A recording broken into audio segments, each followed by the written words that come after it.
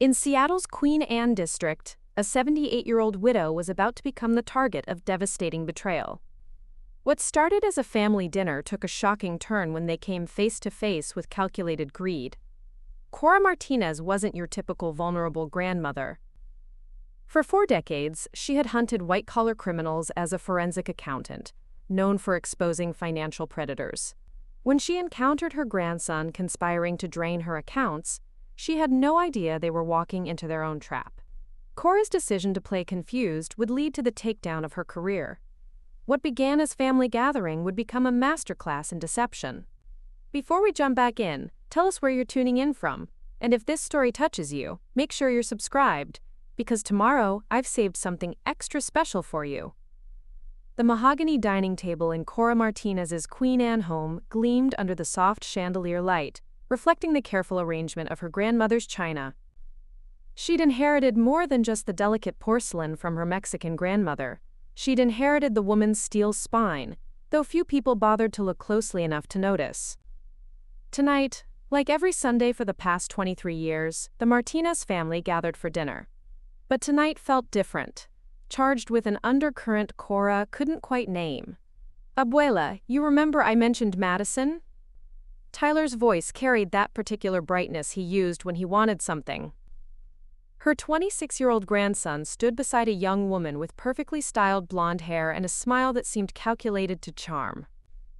"This is her." Madison Brooks stepped forward with practiced grace, her designer dress modest enough to suggest respectability, while expensive enough to hint at ambition. "Mrs. Martinez, Tyler's told me so much about you. Thank you for including me in your family dinner."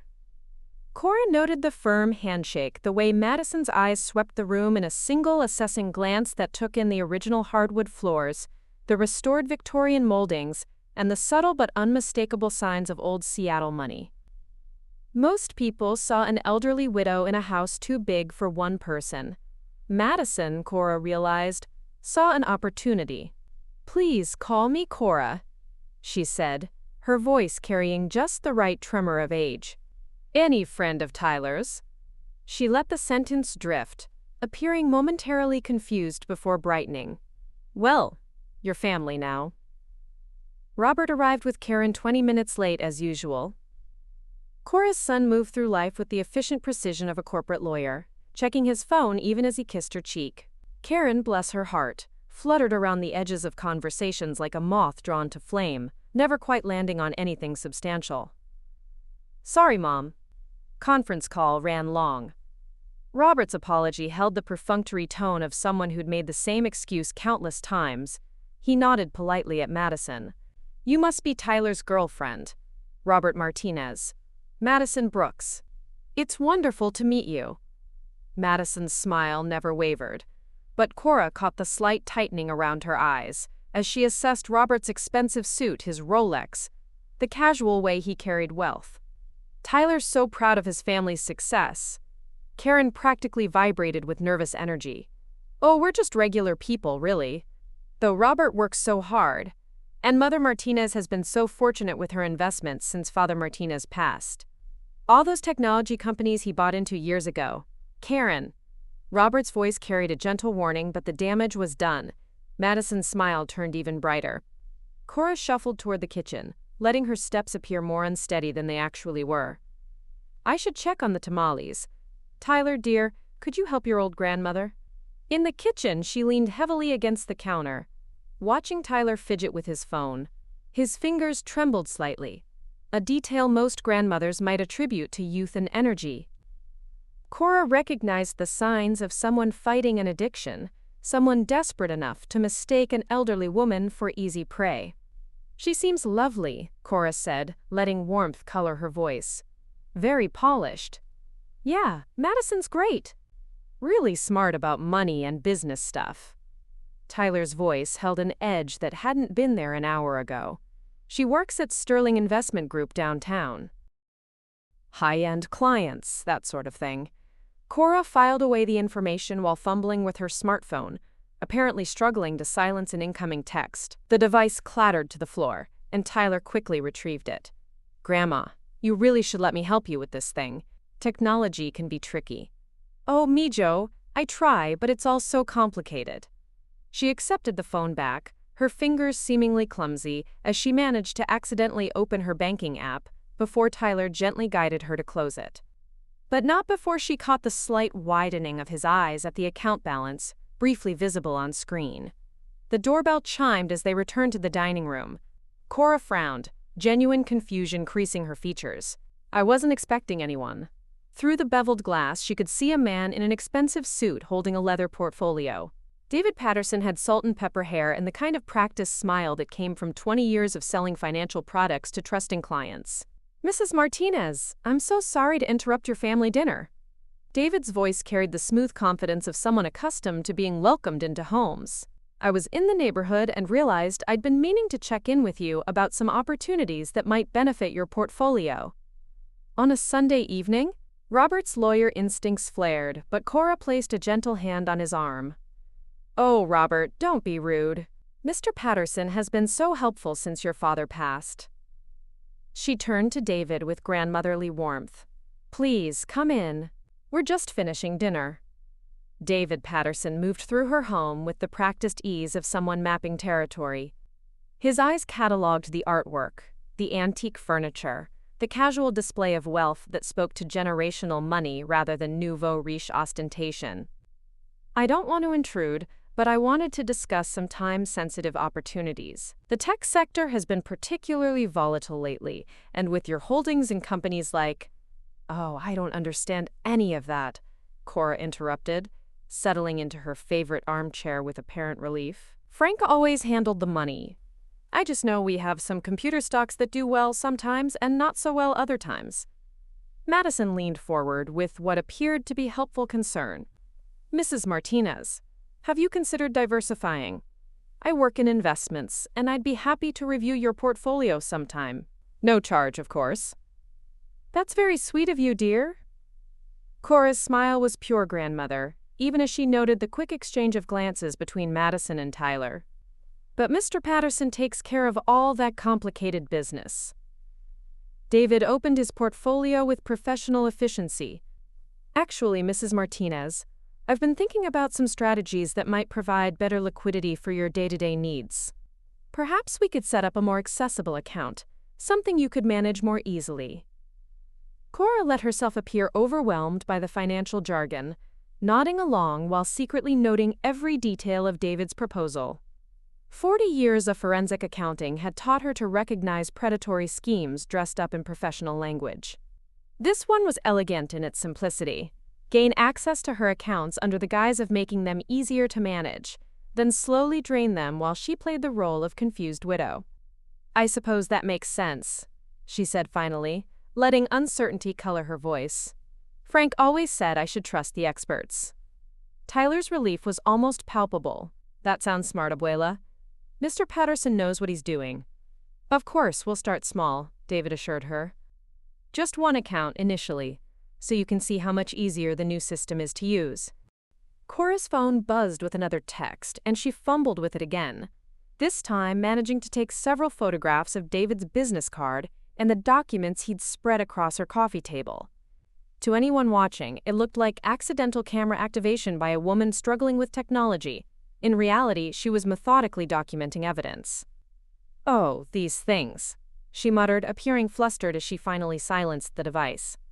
I can never figure out what I'm pressing.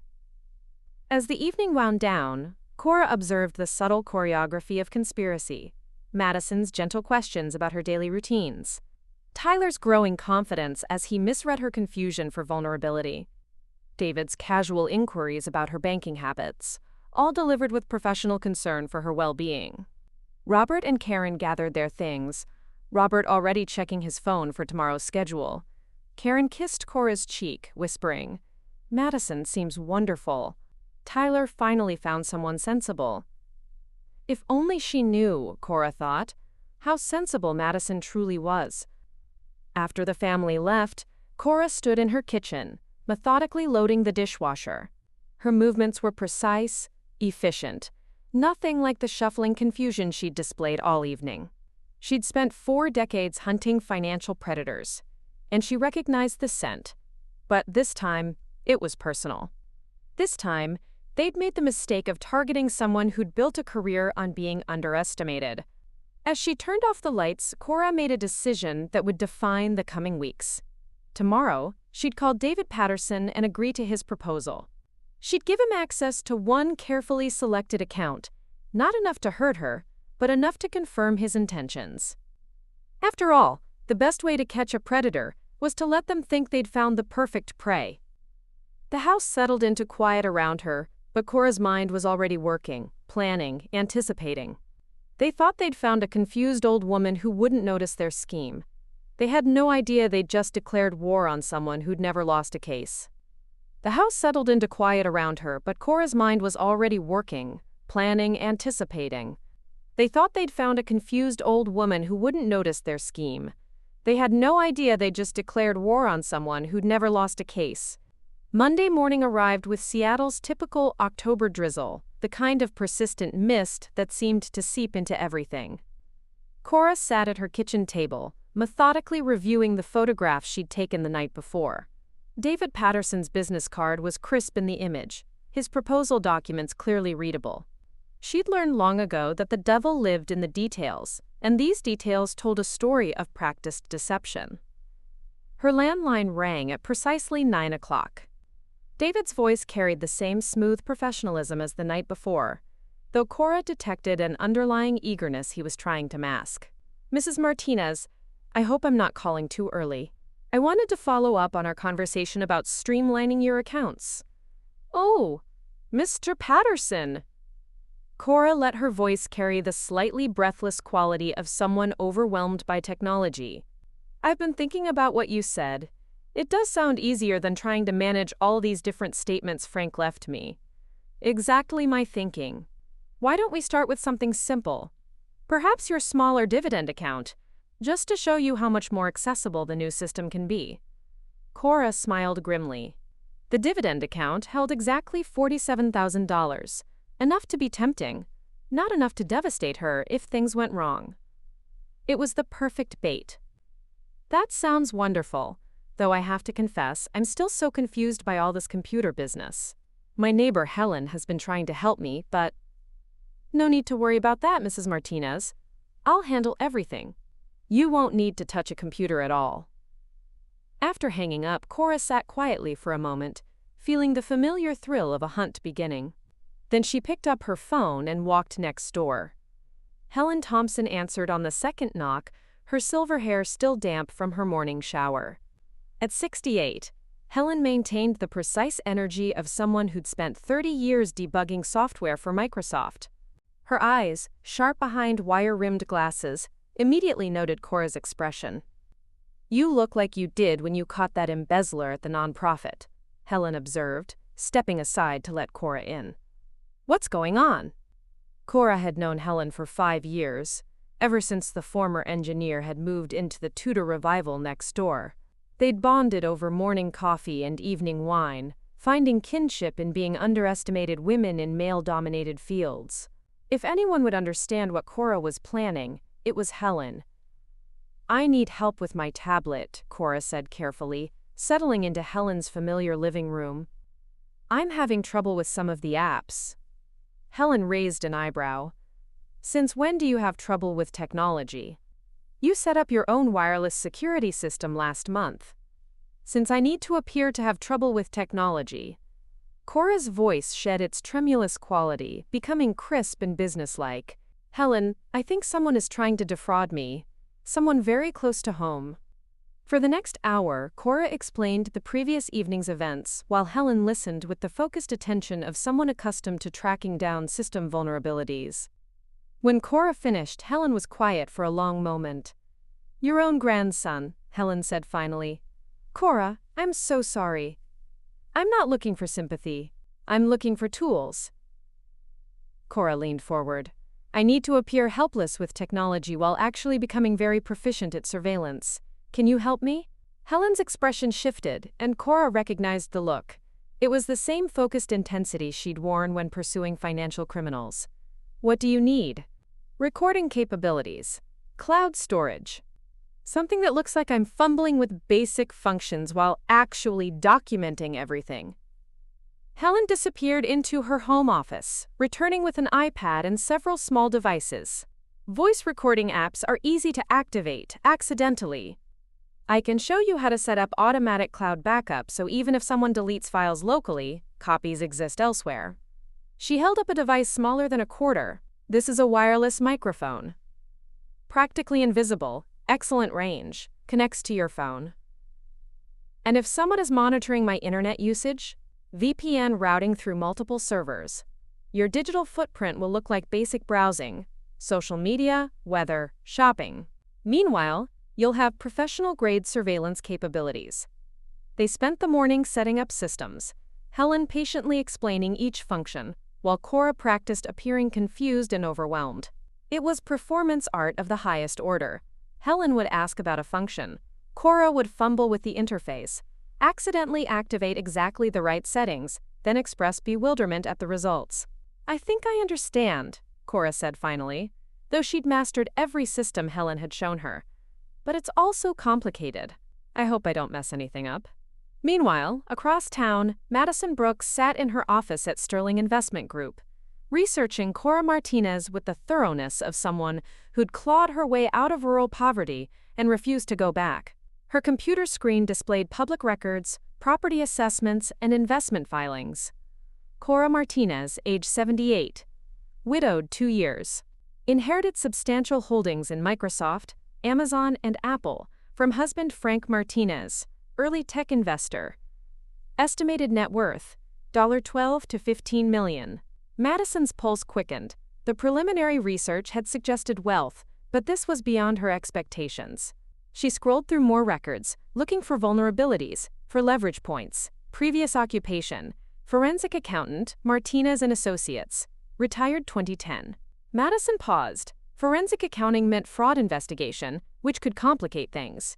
But the woman was 78, had been retired for over a decade, and clearly struggled with basic technology. Age and isolation were powerful factors in elder exploitation cases. She picked up her phone and called Tyler. "How well does your grandmother understand her finances?" she asked without preamble. Tyler's voice carried the slight edge that always appeared when he discussed money. "She's totally lost without my grandfather. Can barely operate her phone, gets confused by investment statements." "Why?" "I've been looking into her portfolio." "Tyler, your grandmother is worth significantly more than we thought." "How much more?" Madison could hear the hunger in his voice, the desperation that made him such a useful tool. "Enough that we need to be very careful about our timeline. And we might want to think bigger than we originally discussed." Tyler was quiet for a moment. "She trusts me. And she really likes you.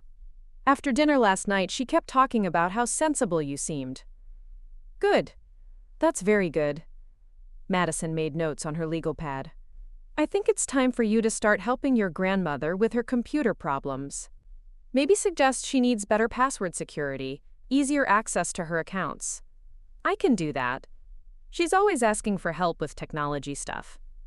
Preparing and narrating this story took us a lot of time, so if you are enjoying it, subscribe to our channel. It means a lot to us. Now back to the story. After hanging up, Madison researched David Patterson more thoroughly.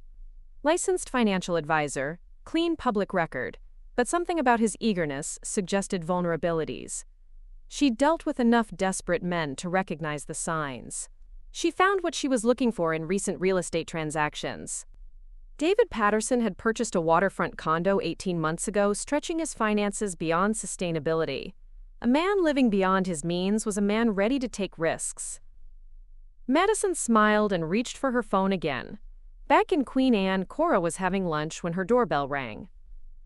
Through the window, she could see Tyler's familiar figure, but his usual easy confidence seemed strained. "Miho!" She opened the door with genuine warmth, though she noted the way his eyes darted past her, cataloging her home's contents with new assessment. What a lovely surprise. "Hey, Abuela. I was in the neighborhood and thought I'd check on you." Tyler's smile didn't quite reach his eyes. "Actually, I was thinking about what happened last night with your phone. Maybe I could help you set up some better systems?" "Oh, that would be wonderful." I'm so hopeless with all this technology. Tyler spent an hour ostensibly helping Cora organize her digital life, but Cora recognized the real purpose. He was mapping her online presence, understanding her security protocols, identifying potential access points. Each question he asked, each suggestion he made, was designed to make her more vulnerable to electronic manipulation. You should probably use the same password for everything, Tyler suggested. That way you won't get confused trying to remember different ones. That makes sense, Cora agreed, while mentally noting that Tyler was essentially asking her to eliminate her cybersecurity. You're so much smarter about these things than I am. When Tyler left, Cora immediately began implementing the real security measures Helen had suggested. Multiple authentication protocols, encrypted cloud storage, and most importantly, keystroke logging software that would record every attempt to access her accounts. As evening approached, Cora sat in her home office, reviewing the day's progress. The trap was being set from both sides now. David Patterson would soon have access to her dividend account, Tyler was positioning himself as her technology helper, and Madison was undoubtedly researching ways to expand their scheme. But they had no idea they were being watched by someone who'd spent 40 years staying 3 steps ahead of people exactly like them. Her phone buzzed with a text from an unknown number. Mrs. Martinez, this is Madison Brooks. I was wondering if you'd like to have coffee this week. I'd love to hear more about your late husband's investment strategies. Cora smiled as she typed her response, her fingers no longer fumbling on the touchscreen. That sounds lovely, dear. I'm sure Frank would have liked you. She hit send, then activated the recording app Helen had installed. Every conversation from now on would be documented, every manipulation attempt preserved. They wanted to play a game with someone they thought was helpless. They were about to discover just how wrong they were. 3 days later, Cora sat at her antique roll-top desk, the same one where she'd tracked financial criminals for 4 decades. Her laptop screen glowed with familiar spreadsheets, but these weren't tracking corporate embezzlement. These were mapping her own victimization. The dividend account transaction appeared on Tuesday morning, $5,000 withdrawal, labeled Portfolio Management Fee Q4 Consultation. David Patterson's signature was electronically attached, along with documentation that made the theft appear completely legitimate. Cora photographed everything before calling David, letting her voice shake with confusion. Mr. Patterson, I'm looking at my bank statement, and there's a charge I don't understand. Oh, Mrs. Martinez, that's just the quarterly management fee we discussed. Standard practice for the new account structure. But $5,000? That seems like so much money. Remember, this covers comprehensive portfolio analysis, tax optimization, and 24/7 account monitoring. You're getting institutional-level service. Cora let silence stretch, as if processing information beyond her comprehension. I suppose Frank always said you get what you pay for. After hanging up, she opened her forensic software programs Helen had helped her install under the guise of photo organization tools. Within an hour, she traced the $5,000 through 3 intermediary accounts before it landed in an account registered to PNW Financial Consulting Services. The registration led to a shell company with David Patterson as the sole owner. But that was just the appetizer. Cora's real breakthrough came from her conversation with Madison that afternoon. They met at Victrola Coffee on Capitol Hill, Madison, arriving precisely on time in a designer coat that cost more than most people's monthly rent. She'd chosen a corner table, good acoustics for the wireless microphone Helen had sewn into Cora's cardigan. Mrs. Martinez, thank you so much for meeting me, Madison said, her smile radiating warmth while her eyes cataloged Cora's jewelry, her handbag, the subtle indicators of wealth. Please, dear, call me Cora. Tyler speaks of you so fondly.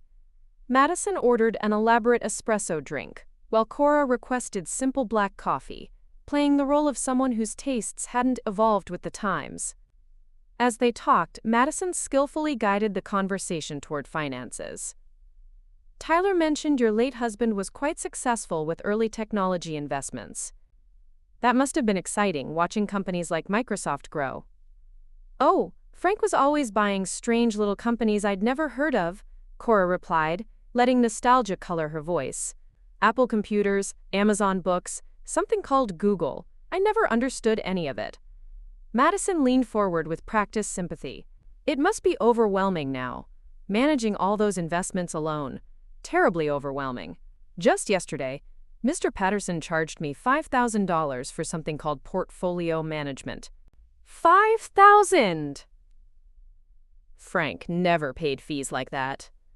Madison's eyes sharpened, though her expression remained compassionate. Mrs. Martinez, Cora, may I ask if you've considered getting a second opinion on your financial management? Sometimes advisors can be overly aggressive with fees. Oh, but Tyler thinks Mr. Patterson is wonderful, and I wouldn't want to seem ungrateful. Of course not, but I work in investment management. If you'd ever like me to review your statements, just as a friend, no charge, I'd be happy to help. Cora appeared to consider this, letting uncertainty play across her features. That's very kind, though I worry I wouldn't understand your recommendations any better than Mr. Patterson's. Don't worry about that. I could explain everything in simple terms. Actually, Madison's voice took on a conspiratorial tone. Sometimes the biggest risk isn't market volatility. It's having your money in accounts that aren't properly protected. Identity theft, elder fraud, these things are unfortunately common. Identity theft? Cora's voice rose with apparent alarm. It's terrible, but yes, people can access your accounts, make unauthorized withdrawals, especially if your security isn't up to current standards. Madison spent the next 20 minutes explaining how modern financial accounts needed better protection, how consolidation made monitoring easier, how certain types of accounts were more vulnerable than others. Each suggestion was designed to make Cora more accessible to manipulation. But Madison's real mistake came when she started probing for specific information. I hope you don't mind me asking, but do you have any offshore accounts?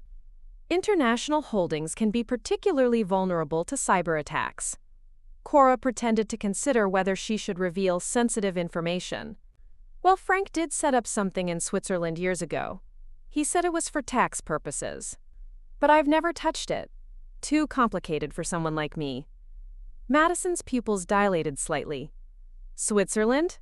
That's quite sophisticated. Do you remember which bank? Oh, some long German name I can never pronounce. Credit something. Cora let her voice trail off uncertainly. Credit Suisse? Yes, that's it. Though I have no idea how much is in there. Frank never let me worry about the details. Madison barely contained her excitement. That's smart of him to diversify internationally. Though you should probably verify those accounts are still active. Sometimes overseas banks change their policies.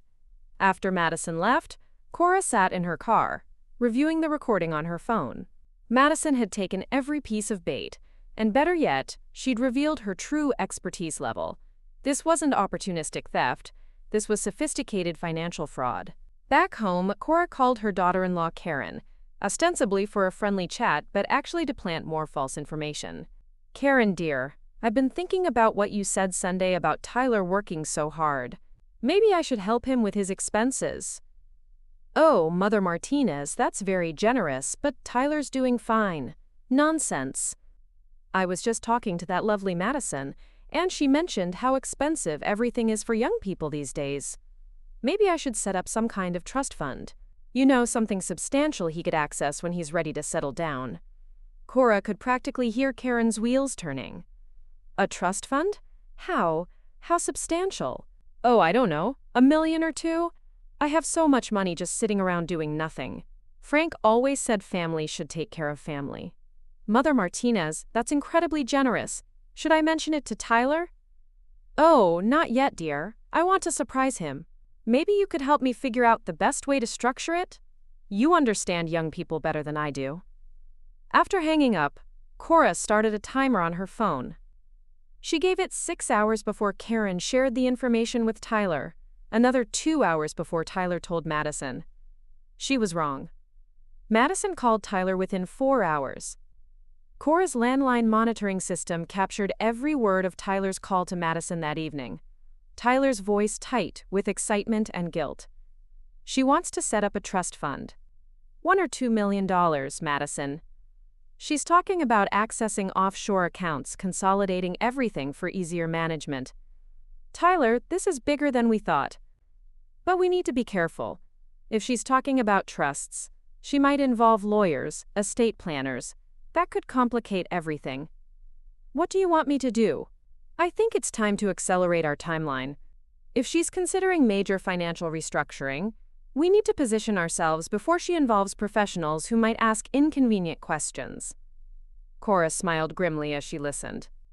They were taking the bait exactly as she'd hoped, but they were also revealing the true scope of their ambitions. This wasn't about skimming fees or small-scale theft.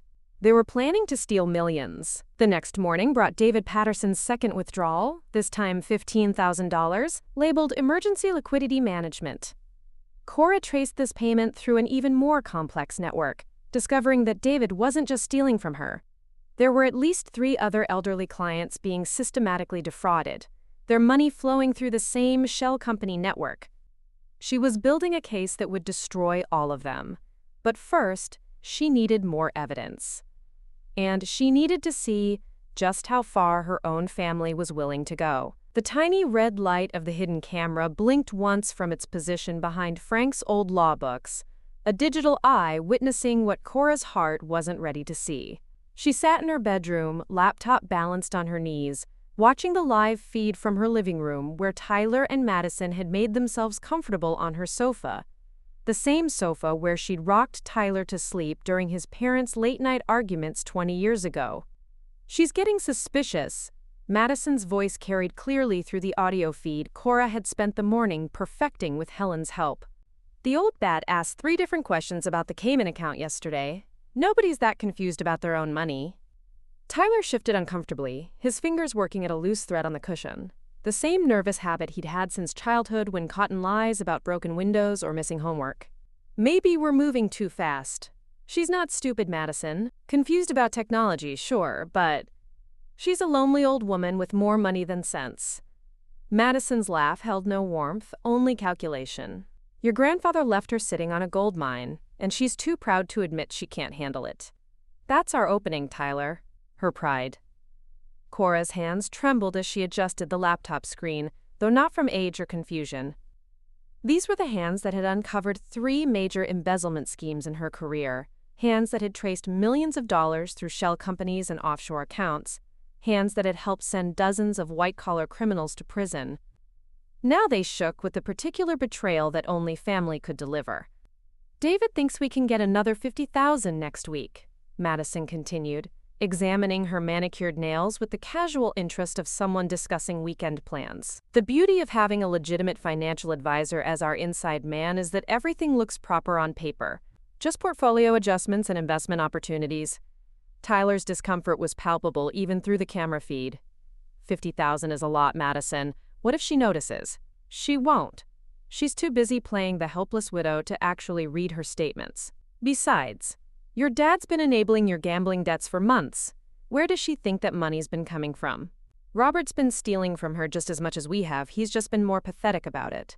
The laptop nearly slipped from Cora's knees. Robert, her son, her careful, analytical son who'd inherited Frank's legal mind and her own attention to detail. The son who'd been distant since Frank's funeral, attributing his absence to work pressures and the demands of his practice. The son who'd been quietly paying Tyler's debts while pretending ignorance about their source. Dad doesn't know about our arrangement with David, Tyler protested, though his voice lacked conviction. Your father knows exactly what he needs to know, that you're in trouble and need money. He doesn't ask questions because he doesn't want answers. Classic enabler behavior. Madison's psychological assessment cut with clinical precision. The whole family's been stealing from her in different ways. We're just more honest about it. Cora paused the feed, unable to process the casual cruelty in Madison's voice while watching Tyler. Her Tyler, the little boy who'd cried in her arms when his goldfish died, not along with plans to rob her blind. She'd prepared herself for the possibility of Tyler's involvement, even Madison's manipulation, but Robert's silent participation felt like a physical blow. Her phone buzzed with a text from her bank's fraud alert system. Attempted withdrawal $50,000 from investment account number 4,471. Transaction blocked pending verification. Reply yes to authorize or NO to report fraud. She screenshot the message, then replied NO before returning to the video feed. David's latest attempt had been thwarted by the additional security measures she'd quietly implemented. But the conspirators didn't know that yet. The transaction didn't go through, Tyler was saying, checking his phone with growing agitation. David says there's some new security protocol. Madison's expression hardened, revealing the steel beneath her practiced sweetness. Then we escalate. I've been patient with the small amounts, but patience doesn't pay my student loans or get us out of this apartment. She gestured around Cora's living room as if it were a prison rather than the home that had sheltered Tyler through countless family dinners and holiday celebrations. What do you mean, escalate? I mean, we stop playing games. Your grandmother is sitting on millions, Tyler, millions. Frank Martinez wasn't just some small-time attorney. He was early investor in 3 major tech companies. The old woman is probably worth more than the rest of your family combined, and she's pretending to be confused about her tablet. Cora's breath caught. Madison had done her homework, discovered details about Frank's investments that even some family members didn't know. This wasn't opportunistic theft. It was a carefully researched heist using emotional manipulation as the weapon of choice. She loves you, Tyler. She trusts you. And you're going to use that trust to convince her to sign over power of attorney for her financial affairs, to David, of course, for her own protection. Once we have legal access to her accounts, we won't need to tiptoe around security protocols. Tyler's face had gone pale. Power of attorney? Madison, that's crossing a line. The line was crossed the moment you decided you deserved your inheritance now, instead of waiting for her to die naturally. Madison's voice carried the patience of someone explaining basic concepts to a child. She's 78, Tyler. How much longer were you planning to wait? How much more money were you planning to lose at those poker games while she sits on millions? The camera captured Tyler's flinch at the mention of his gambling, the shame that flickered across his features before being replaced by desperate rationalization. She'd want to help if she understood. She'd want to help if she wasn't a stubborn old woman who thinks she knows better than everyone else. Madison's mask had slipped completely now, revealing the calculating predator beneath. Your whole family treats her like some kind of saint, but she's just another rich old lady who got lucky with investments she didn't understand. Cora closed the laptop, unable to watch anymore. In the silence of her bedroom, surrounded by photographs of family gatherings and holiday celebrations, she felt the weight of every assumption she'd made about the people she'd loved and trusted. Tyler's desperation, Robert's enabling, Karen's willful blindness, all of it had created the perfect storm that Madison had sailed into, like a pirate spotting undefended treasure. But Madison had made one crucial error in her psychological assessment. She'd assumed that Cora's love for her family would make her vulnerable, that emotional attachment would cloud her judgment and prevent her from taking decisive action. She'd failed to consider that 40 years of investigating financial crimes had taught Cora Martinez the difference between justice and revenge, and that sometimes love required choosing the harder path. Cora reached for her phone and scrolled to Detective Morrison's number, the one she'd saved after their initial conversation about David's other victims. Her finger hovered over the call button as she considered the irrevocable step she was about to take. Then she thought of Tyler's casual dismissal of her well-being, Madison's contemptuous assessment of her worth, and Robert's silent complicity in stealing from her while pretending concern. She thought of Frank, who'd trusted his family to protect what he'd worked his entire life to build. Detective Morrison answered on the second ring. "Mrs. Martinez, is everything all right?" "Detective," Cora said, her voice steady with the professional calm she'd perfected decades ago. "I have video evidence of conspiracy to commit elder fraud, and I need to discuss the next steps in building a case against the perpetrators." "Video evidence?" "Mrs. Martinez, we discussed being careful about—" "Detective Morrison," Cora interrupted gently, "I think it's time I told you exactly what I used to do for a living." Gathering Evidence Part 5. Detective Morrison's coffee had gone cold an hour ago, but he hadn't touched it since Cora began spreading documents across her dining room table with the methodical precision of someone building a fortress from facts. The transformation had been startling.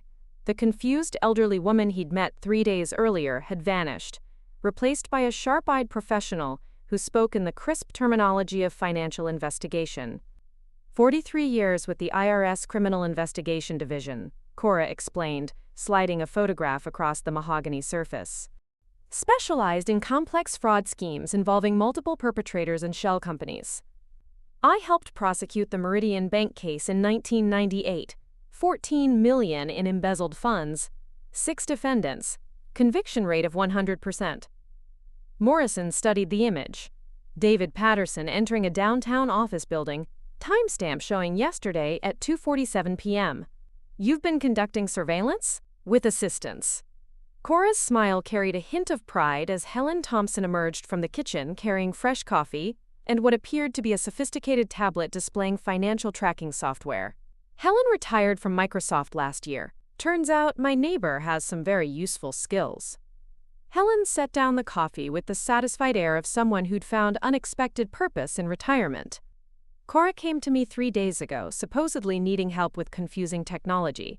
Took me about 10 minutes to realize she understood these systems better than I do. Another 5 to decide I wanted in on whatever she was planning. Mrs. Thompson, Morrison began, his cop instincts warring with curiosity. What exactly have you two been? Building an airtight case, Cora interrupted, flipping open a leather portfolio that belonged in a prosecutor's office rather than a grandmother's dining room. David Patterson has been systematically defrauding elderly clients for at least 18 months. We've identified 3 confirmed victims so far, with potential losses exceeding $200,000. She pulled out a series of photographs showing an elderly man leaving the same downtown building where they'd captured David, his expression carrying the bewildered defeat Morrison had seen too many times in financial crimes victims. Harold Chen, 82, former Boeing engineer, lost his entire retirement account to what David called aggressive growth investments that turned out to be transfers to David's personal accounts in the Caymans. Helen manipulated her tablet screen, displaying a complex flowchart that traced money movement through multiple banks. The beauty of David's scheme is the legitimacy. He's a licensed financial advisor with access to established investment firms. Everything looks proper on paper until you dig into the actual destination accounts. Morrison found himself leaning forward despite his training to maintain professional skepticism. How did you gather this information without triggering banking privacy laws? Carefully, Cora replied with the dry humor of someone who'd navigated legal minefields for decades. Harold Chen and the other victims have given written consent for us to review their financial records. Turns out, elderly fraud victims are quite cooperative when approached by someone who actually believes their stories. She produced another set of documents, these bearing official letterheads from 3 different banks. David's pattern is consistent: establish trust, gradually increase access to accounts, then execute a series of seemingly legitimate transfers that ultimately route funds to offshore accounts he controls. The victims don't realize they've been robbed until months later, when their statements show inexplicable losses attributed to, quote, market volatility. Helen's tablet chimed softly. Speaking of which, she said, studying the screen, David just attempted another access to Cora's account. Tried to transfer $25,000 this time. Blocked by the security protocols we installed yesterday, Cora added, photographing the alert notification with practiced efficiency. Each failed attempt provides additional evidence of unauthorized access. We're essentially letting him build the case against himself. Morrison's professional admiration was growing, though it carried an edge of concern. Mrs. Martinez, what you're doing, it's impressive work, but it's also potentially dangerous. If Patterson realizes you're onto him, he won't. Cora's confidence carried the weight of decades of experience. David Patterson is a small-time crook who got lucky with legitimate credentials. He's not sophisticated enough to recognize a counter-investigation, especially one conducted by someone he's dismissed as a confused old woman. Helen pulled up another screen, this one showing a map of Seattle with several locations marked in red. We've been tracking his movement patterns, identifying his regular stops and meeting locations.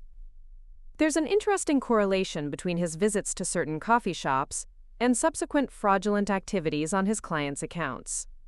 Coffee shops? Morrison's eyebrows rose. Neutral locations where he meets with accomplices, Cora explained. Tyler and Madison have been spotted at 3 different establishments with David over the past week. Always the same pattern: brief meetings, document exchanges, then coordinated financial activities within 24 hours. She opened another folder, revealing photographs that made Morrison's stomach tighten. Tyler Martinez laughing with David Patterson over coffee, Madison leaning across a table to examine documents. All 3 conspirators captured in moments of casual collaboration that belied the devastating impact of their crimes. The hardest part, Cora said quietly, was accepting that my own family was actively participating rather than being manipulated into cooperation. Tyler isn't a victim of Madison's influence. He's a willing participant who provided her with detailed information about my assets and vulnerabilities. Helen's expression softened with sympathy, but her voice remained professionally focused. We have recordings of Tyler specifically discussing your daily routines, your banking habits, and your apparent confusion with technology. He coached Madison on exactly how to approach you for maximum emotional impact. Morrison studied the evidence spread before him, recognizing the kind of methodical case preparation that won prosecutions. What's your next step? Testing the limits of their greed, Cora replied, pulling out her phone. I'm going to call Tyler and mention that I'm considering consolidating all my accounts under David's management for, quote, simplicity. If I'm right about their timeline, they'll accelerate their activities and make mistakes. That's risky, Morrison warned. If they suspect, they won't suspect because they can't imagine I'm capable of this level of deception. Cora's smile held no warmth. Ageism works both ways, detective. They see my gray hair and assume diminished capacity. They mistake my politeness for naivete and my trust for stupidity. It's the perfect cover for someone with my background. Helen manipulated her tablet again, displaying what appeared to be a comprehensive surveillance network spanning multiple locations. We've also been monitoring David's other clients. 2 more elderly victims came forward yesterday after Cora reached out through senior community networks. The pattern of abuse is extensive. 6 victims total now, Cora added grimly. Combined losses approaching $400,000. David Patterson isn't just stealing from me. He's built a systematic operation targeting vulnerable seniors across the Seattle area. Morrison felt the familiar surge of righteous anger that had driven him through 15 years of financial crimes investigation. What do you need from my office? Official support when we're ready to move, Cora replied. We want to catch them in the act of a major theft attempt, something significant enough to guarantee serious charges. But we also want to coordinate with other jurisdictions to ensure David's previous victims get justice. Helen's tablet chimed again, and her expression grew alert. Cora, you might want to see this. Tyler just texted. He's coming over in an hour with Madison and David. Says they have important documents for you to review. Cora's eyes gleamed with anticipation. Perfect. Detective Morrison, how quickly can you position surveillance units around my house? Morrison was already reaching for his radio.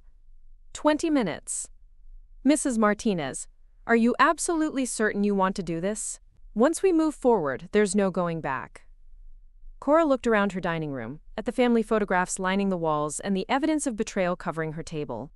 Detective, I spent 4 decades putting criminals in prison where they belonged. The fact that these particular criminals happen to share my DNA doesn't change the fundamental equation. She began organizing the documents with the efficiency of someone preparing for battle. My grandson and his co-conspirators are about to learn that underestimating someone because of their age is a very expensive mistake. Helen packed her surveillance equipment with the satisfaction of someone who'd found unexpected adventure in retirement. Should be quite a show, detective. Cora's been practicing her confused grandmother act for weeks. It's not an act I'll need much longer, Cora said quietly. After today, Tyler will see exactly who his grandmother really is. I just hope he's prepared for the consequences of that revelation.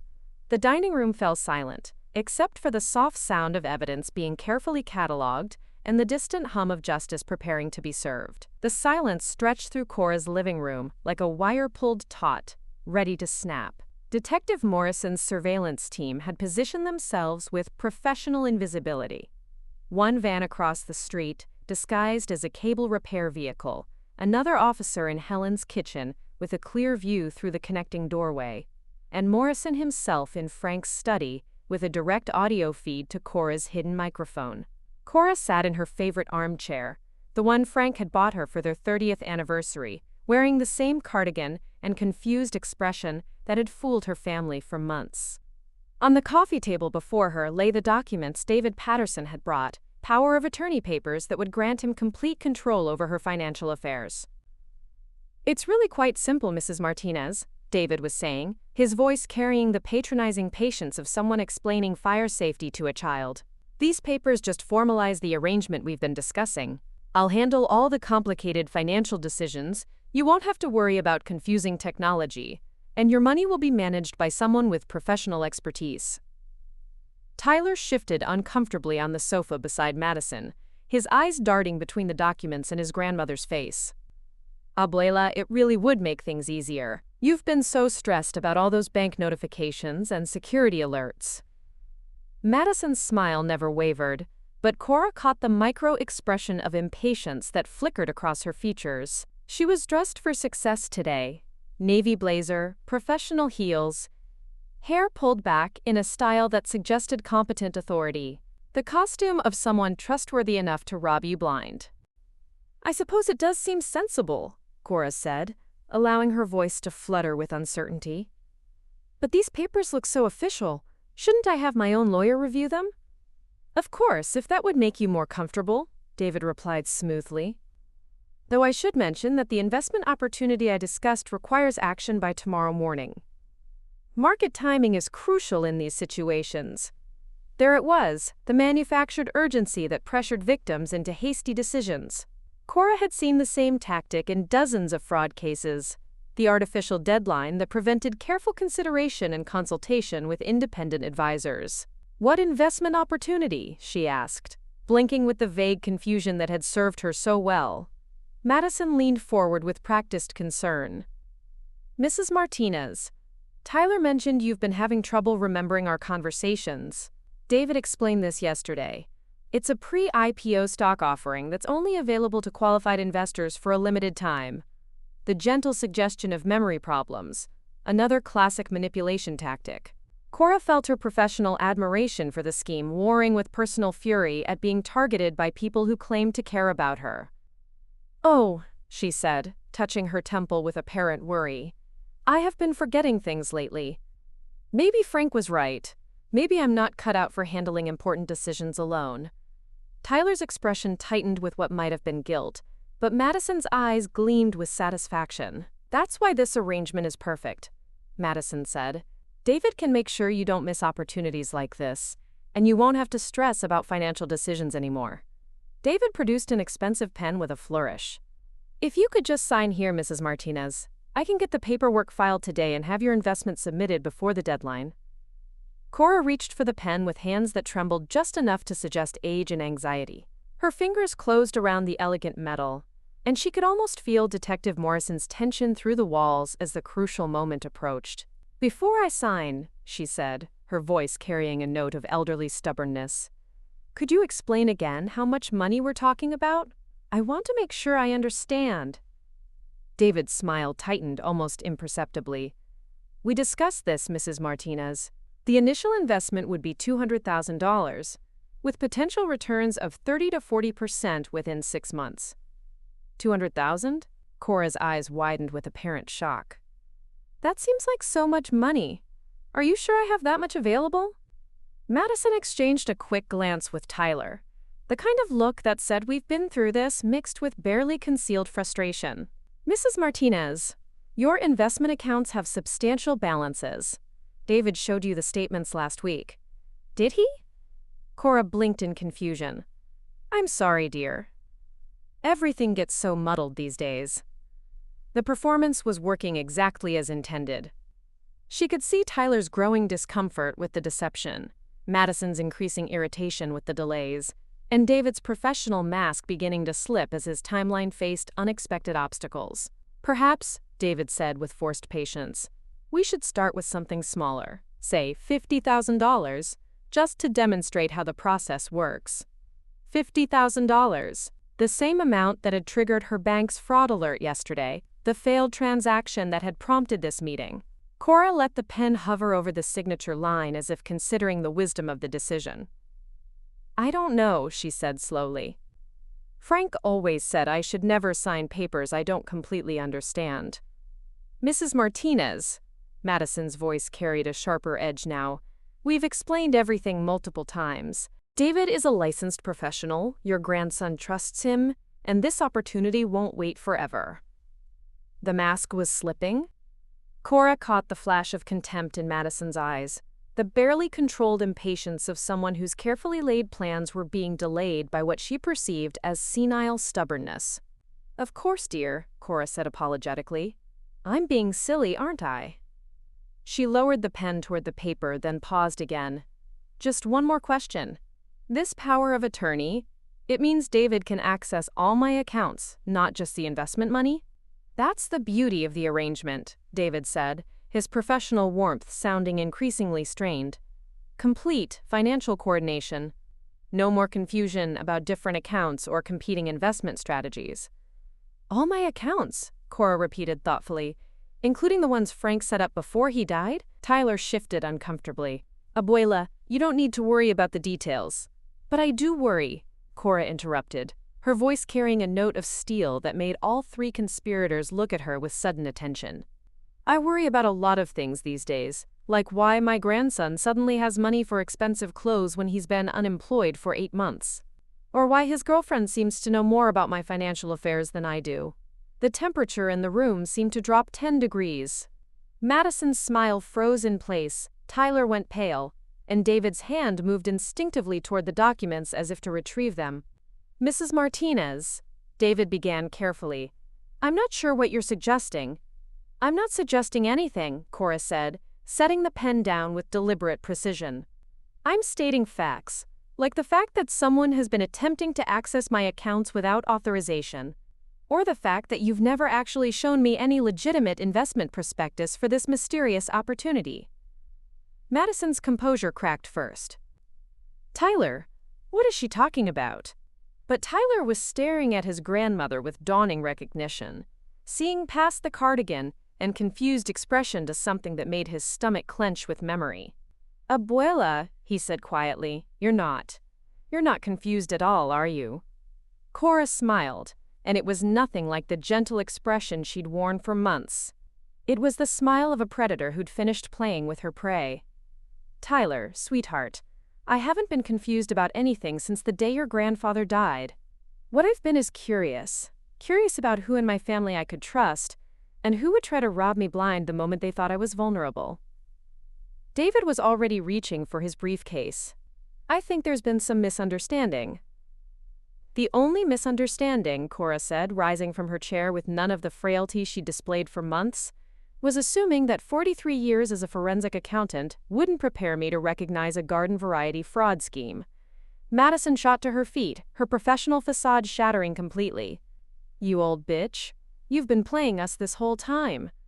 "Language, dear," Cora said mildly, "though yes, I have been playing you, and you've been remarkably easy to play. Did you really think I wouldn't notice unauthorized access attempts on my accounts? Or that I wouldn't research your background, Madison?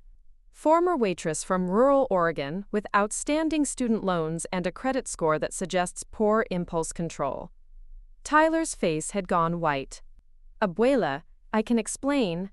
"I'm sure you can," Cora replied, her voice carrying disappointment that cut deeper than anger. "I'm sure you have a very compelling story about gambling debts and financial pressure and how you thought I wouldn't miss a few $1,000s here and there." She moved to the window and pulled back the curtains slightly.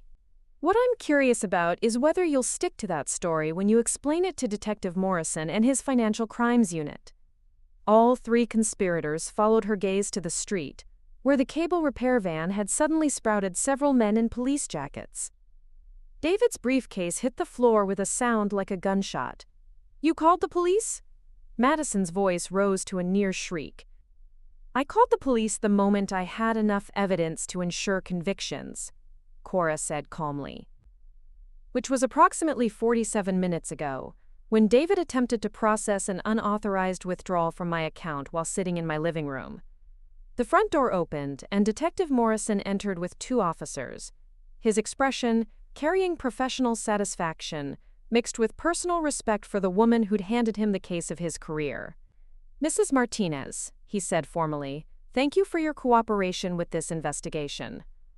Cora looked at Tyler, at the grandson she'd loved since the day he was born, at the young man who'd chosen greed over family loyalty and thought her love would make her an easy target. "Tyler," she said quietly, "I want you to understand something.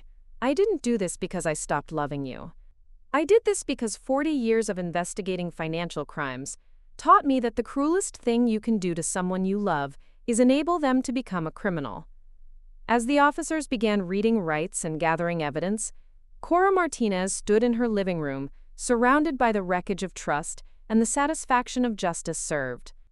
The performance was over, the trap had closed, and for the first time in 2 years, she felt fully herself again. The Seattle Police Department's interview room smelled of stale coffee and broken dreams, but Detective Morrison had never felt more energized. Across the metal table, David Patterson's expensive suit couldn't hide the sweat stains spreading across his shirt as he faced the weight of evidence Cora Martinez had methodically assembled over the past 3 months.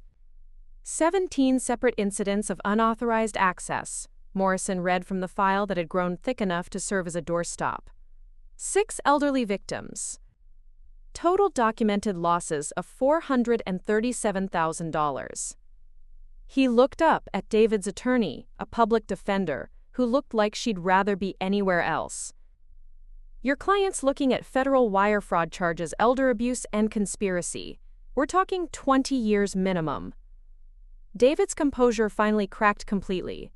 "I want to make a deal." 3 hours later, Morrison emerged from the interview room with a confession that implicated Madison Brooks as the mastermind and Tyler Martinez as the inside source who'd provided detailed intelligence about his grandmother's habits, routines, and vulnerabilities. The web of deception had unraveled with the speed of a house of cards in a hurricane. Meanwhile, across town in Cora's Queen Anne home, a different kind of reckoning was taking place. Robert Martinez sat at his mother's kitchen table, his usual composed demeanor shattered as he stared at bank statements that documented his own financial deception. Months of payments to cover Tyler's gambling debts, all drawn from accounts he'd managed for his mother without her explicit knowledge. "I never thought of it as stealing," Robert said quietly, his voice carrying the hollow tone of someone whose self-image had been stripped away layer by layer. "Tyler was family. He was desperate. I thought I was helping." Cora poured herself a cup of tea with steady hands, though her heart felt anything but steady. "You were helping," she said. "You were helping him avoid the consequences of his choices. You were helping him believe that his problems could always be solved by taking money that wasn't his." Karen sat beside her husband, her face streaked with tears. She'd been crying since the police had explained the full scope of the conspiracy. "How long have you known?" she asked Cora. "About Robert, I mean. About the money he was taking." 3 weeks, Cora replied honestly. "I traced the transfers while I was building the case against David and Madison. But Robert's theft was different, sloppier, more emotional. It had the fingerprints of a father trying to save his son, rather than a criminal trying to get rich." Robert looked up sharply. "You knew, and you didn't say anything?" "I was waiting to see if you'd come forward on your own," Cora said, settling into the chair across from her son. "I was hoping that when the police investigation became public, you'd find the courage to admit what you'd done and take responsibility for your part in enabling Tyler's self-destruction." The kitchen fell silent, except for the soft tick of the antique clock Frank had restored during their early years of marriage. Outside, Seattle's afternoon rain painted shifting patterns on the windows, the kind of gentle precipitation that usually brought Cora comfort. Today, it felt like the sky weeping for the family that had torn itself apart. "Tyler's cooperating with the investigation," Robert said finally. "Morrison called an hour ago. Madison's lawyer is trying to pin everything on him and David, claiming she was just Tyler's girlfriend who got swept up in their scheme. Cora's laugh held no humor. Madison Brooks researched our family's financial history, going back 3 generations. She targeted Tyler specifically because of his gambling addiction and his access to information about my assets. The girl planned this con like a military operation. Helen Thompson appeared in the kitchen doorway, carrying a tablet and wearing the grim expression of someone who'd spent the morning diving deeper into Madison's background. "The FBI's Financial Crimes Unit wants to talk to you, Cora. Turns out Madison Brooks isn't even her real name." "What?" Karen looked between Helen and Cora with confusion. "Her real name is Melissa Bratton," Helen explained, manipulating her tablet to display a police booking photo. "She's been running romance scams and elder fraud schemes across 3 states. Tyler wasn't her first mark. He was just her entry point into the biggest score of her career." The revelation hit the room like a physical blow. Robert's face went gray as he processed the implications. Tyler wasn't her boyfriend. He was her victim. "Tyler was both," Cora corrected gently. "Madison exploited his weaknesses, but Tyler made his own choices. He chose to gamble away money he didn't have. He chose to provide her with detailed information about my finances. He chose to participate in planning my exploitation."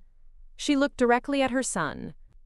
"And you chose to enable every one of those choices by quietly paying his debts, instead of letting him face consequences." Karen's tears started fresh. "We just wanted to help him.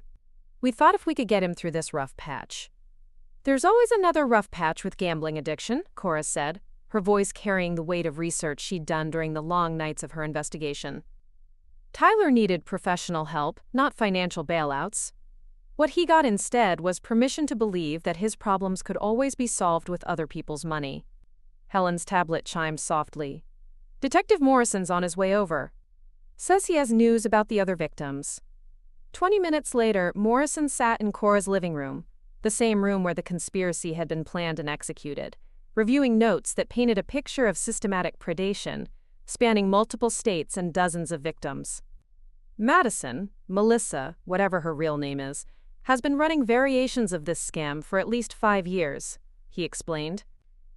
"She targets families with gambling addicts or drug problems, identifies the family members with access to money, and manipulates them into providing insider information about wealthy relatives." "How many families?" Cora asked. "At least 12 that we can prove. Probably more.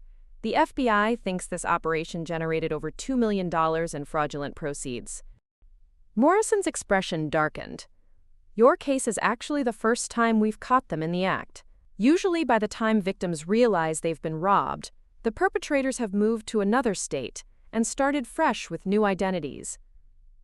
Robert ran his hands through his hair, a gesture that reminded Cora painfully of Tyler's nervous habits. "What happens to Tyler now?"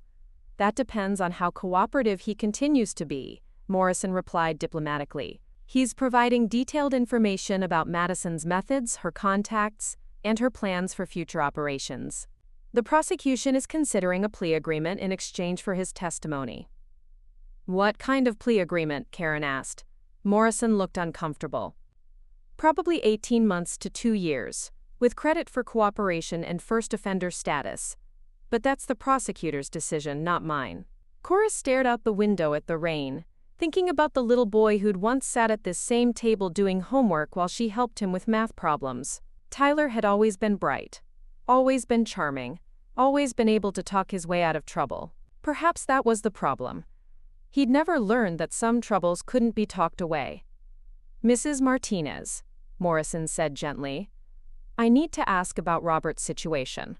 The unauthorized transfers from your accounts are a family matter," Cora said firmly. "Robert took approximately $37,000 over 6 months to cover Tyler's gambling debts. He had access to those accounts as part of estate planning arrangements Frank set up before his death. The access was legitimate, even if the use wasn't."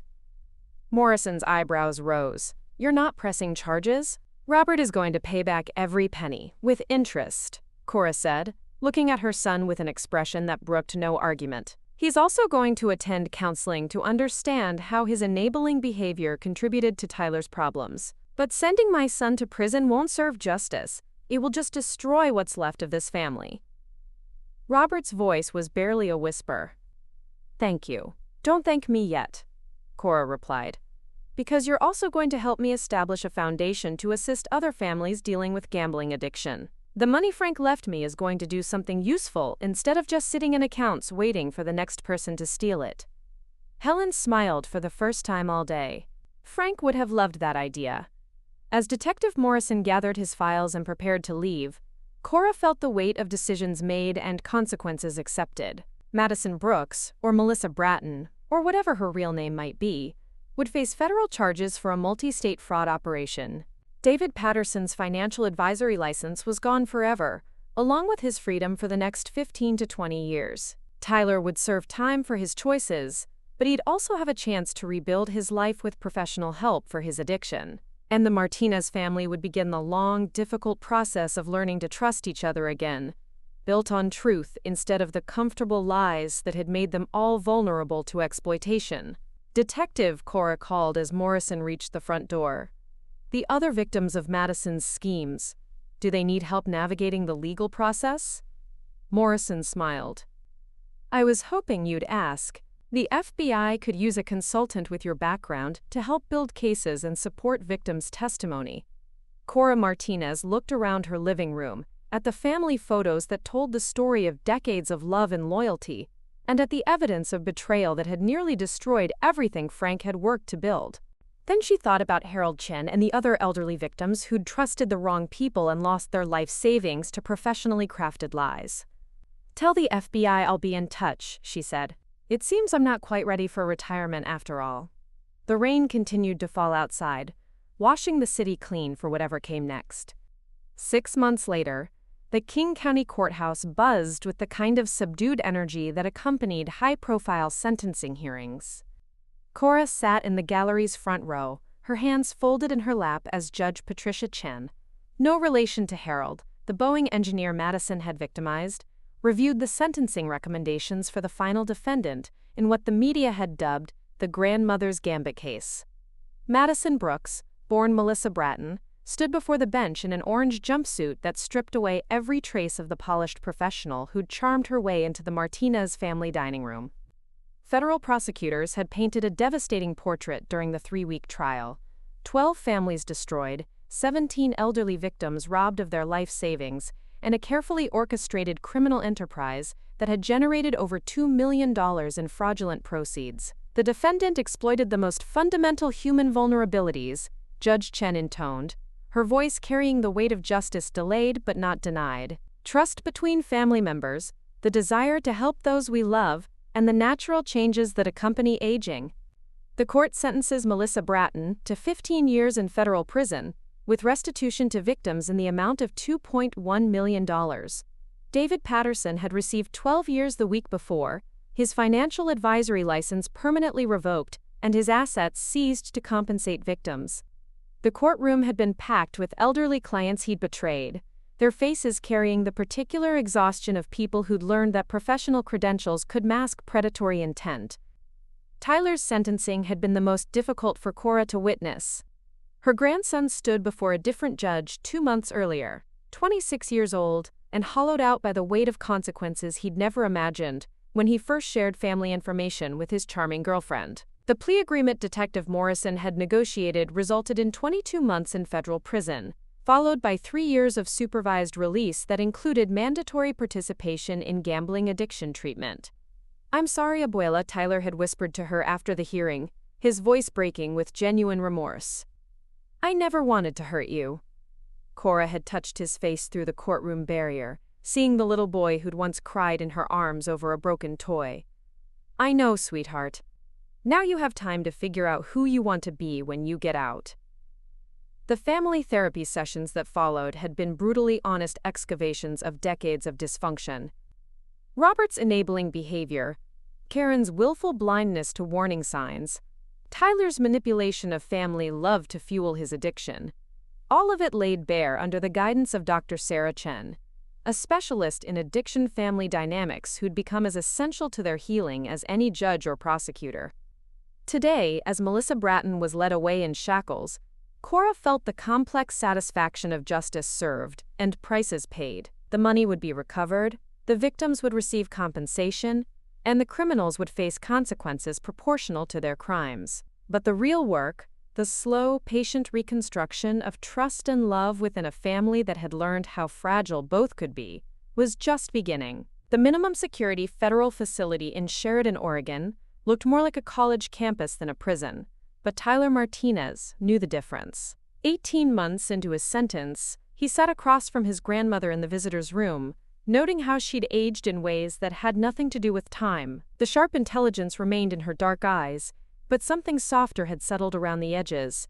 Forgiveness, perhaps, or simply exhaustion from carrying anger too heavy for her shoulders. "The gambling addiction program here is good," Tyler said, his voice carrying a steadiness that hadn't been there during his trial. "Really good. I understand now why I did what I did, even if I can't excuse it." Cora studied her grandson's face, seeing changes that went deeper than the weight he'd lost or the premature lines around his eyes. There was something solid about him now, a groundedness that reminded her of Frank in his younger years, before success and comfort had made difficult conversations easier to avoid. "Tell me about the program," she said. "We have to write letters," Tyler explained, his hands steady on the table between them. "To everyone we hurt. Not apology letters, accountability letters. Explaining exactly what we did, why we did it, and what we're doing to make sure we never do it again." He pulled a folded piece of paper from his pocket. "I wrote one to you. Dr. Rodriguez says I don't have to give it to you, but I want to. If you want to read it." Cora took the letter but didn't unfold it immediately. "How's your father handling the foundation work?" Tyler's smile was small but genuine. "He calls every week. Says he's learned more about gambling addiction in the past year than he did in 30 years of being my dad." The Martinez Family Foundation helped fund 3 new treatment programs last month. The foundation had been Robert's idea, born from his own therapy sessions with Dr. Chen. Using a portion of Frank's estate, they'd created an organization focused on supporting families dealing with addiction-related financial crimes. Robert threw himself into the work with the fervor of someone seeking redemption through service. "Mom's different too," Tyler continued. "Stronger. She started a support group for families of gambling addicts. Says she spent too many years pretending problems would disappear if she didn't look at them directly." Cora finally unfolded the letter, reading Tyler's careful handwriting. "Abuela, I stole your money, but more than that, I stole your trust. I used your love for me as a weapon against you. I convinced myself I deserved your help because I was family, but family doesn't exploit the people they claim to love. I'm learning to earn things instead of taking them. When I get out, I want to show you who I'm becoming, not just tell you. I love you enough now to let you decide if that's something you want to see." When she finished reading, Tyler was watching her with the patience of someone who'd learned to wait for consequences instead of trying to manipulate them. "I'd like to see who you're becoming," Cora said quietly, "when you're ready to show me." For the first time in 2 years, Tyler's smile reached his eyes. The diagnosis came on a Tuesday morning in late September, delivered by Dr. Amanda Kim, with the practiced gentleness of someone who'd spent 20 years explaining cancer to patients who thought they had decades left to live. Cora sat in the oncologist's office, listening to phrases like early-stage pancreatic adenocarcinoma and aggressive treatment protocol, while her mind cataloged the irony of surviving a sophisticated fraud scheme, only to face an enemy that couldn't be investigated, documented, or prosecuted. "The 5-year survival rate is approximately 25%, Dr. Kim explained, her voice carrying professional honesty tempered with hope. "But you're in excellent physical condition for 79, and early detection gives us significant advantages. Surgery followed by chemotherapy offers the best outcomes." Cora absorbed the information with the same methodical precision she'd once applied to following money trails through shell companies. Questions about treatment timelines, side effects, and care requirements. Practical considerations about medical power of attorney and advance directives. The administrative details of facing mortality with the same thoroughness she'd brought to everything else in her life. "Who should we call?" Dr. Kim asked gently. "Family members you'd like to include in treatment planning discussions?" Cora thought about Tyler, 6 weeks away from release, and finally seeming to understand the difference between remorse and accountability.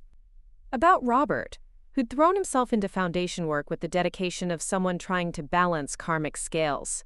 About Karen, who'd grown from an enabler into an advocate, using her support group to help other families navigate the aftermath of addiction-related crimes. "I need some time to decide how to tell them," she said. That evening, Cora sat in Frank's old study, surrounded by photo albums that chronicled 60 years of family milestones. Tyler's baptism, with Frank holding their grandson while Cora adjusted the christening gown that had belonged to her own grandmother. Robert's law school graduation, pride radiating from Frank's face as their son received recognition for academic excellence. Karen and Robert's wedding, young and hopeful, and convinced that love could overcome any obstacle. And scattered throughout, the images that told the story of slow dissolution. Tyler's increasingly forced smiles at family gatherings, Robert's gradual withdrawal into work as his son's problems deepened, Karen's eyes growing distant as she learned to see only what felt safe to acknowledge. The cancer, Cora realized, was forcing the same question the fraud scheme had posed. Who could she trust when vulnerability was no longer optional? Her phone buzzed with a text from Helen. "Coffee tomorrow? Have some interesting updates on the FBI cases." Over the past 18 months, Cora had consulted on 14 financial elder abuse cases across 3 states, helping prosecutors build evidence and supporting victims through the bewildering process of seeking justice against people they'd trusted. The work had given her purpose during the long months of family therapy and legal proceedings, but it had also shown her how rare their family's story of partial redemption really was. Most families didn't survive what theirs had endured. Most relationships shattered under the weight of such profound betrayal, leaving elderly victims isolated and adult children consumed by guilt or defensiveness. The Martinez family's painful journey toward healing was an exception, not a rule. But exceptions, Cora had learned, were only possible when people chose the harder path consistently, day after day, conversation after conversation, until new patterns replaced old ones. 2 weeks later, Tyler walked out of the federal facility in Sheridan, carrying a single duffel bag and wearing clothes that no longer fit properly, not because of weight loss, but because something fundamental about his posture had changed. Robert and Karen waited in the parking lot, their faces carrying careful hope, tempered by realistic expectations. The drive back to Seattle passed in conversation that felt both familiar and transformed. Tyler talked about his plans: a job with a nonprofit that helped former addicts find employment, continued participation in Gamblers Anonymous, sharing an apartment with another man in recovery rather than moving back into his parents' basement. "I want to earn the right to be part of this family again," he said as they crossed the Columbia River, "not just assume it because of blood relations." That evening, they gathered in Cora's dining room for the first family dinner since the night Tyler had brought Madison to meet them. The same mahogany table, the same crystal glasses, but everything else had been transformed by honesty that cut both ways. Painful, but necessary, like surgery that removed poison, along with healthy tissue. "I have something to tell you," Cora said after Karen finished describing her latest support group session. "I've been diagnosed with pancreatic cancer." The silence that followed felt different from the shocked quiet that had greeted revelations of theft and betrayal. This was the silence of people who'd learned to process difficult information together instead of retreating into private denial. Robert spoke first, his voice steady but strained.